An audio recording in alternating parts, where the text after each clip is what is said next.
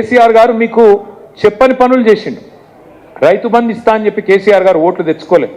కళ్యాణ లక్ష్మి ఇస్తా అని చెప్పలే. కేసీఆర్ కిట్టు యాదుకున్నదా? కేసీఆర్ కిట్టు ఇంటికాడ బండెక్కించుకొని ప్రభుత్వ దవాఖానకు తీసుకుపోయి అక్కడ గర్భవతి ప్రసవం అయిపోయినాక మళ్ళీ ఇంటికాడ దించిపోదురు.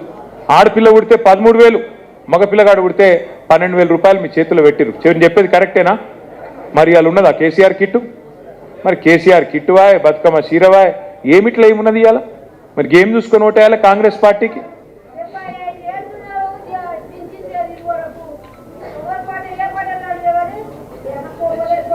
46 లక్షల మందికి సార్ పెన్షన్ ఇచ్చిండు కేసీఆర్.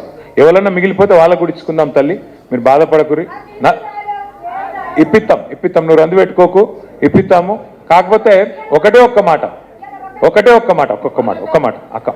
కోపానికి రాకు బాలక్క. ఇప్పుడు నేను లేను, రేవంత్ రెడ్డి మీద కోపానికి రా, నా మీద అయితే లాభం లేదు.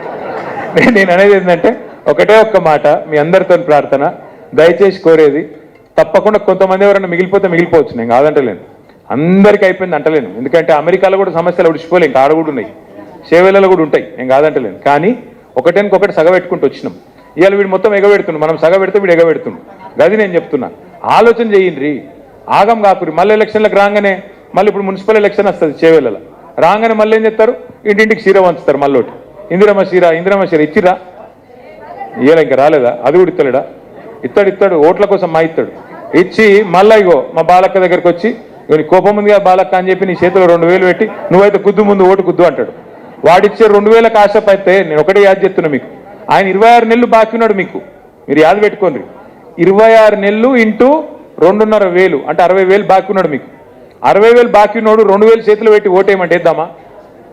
వాళ్ళని అడుగురి కాంగ్రెస్ వాళ్ళను, ఏమాయ కొడుక 100 రోజులు అంటివి, మరి 60,000 బాకీ ఉన్నావు కదరా, మరి ఆ మిగిలిన 58,000 ఎవడిస్తాడు? యాదవ్ ఇస్తాడా, భీమ్ భరత్ ఇస్తాడా, ఎవడిస్తాడని అడుగురు.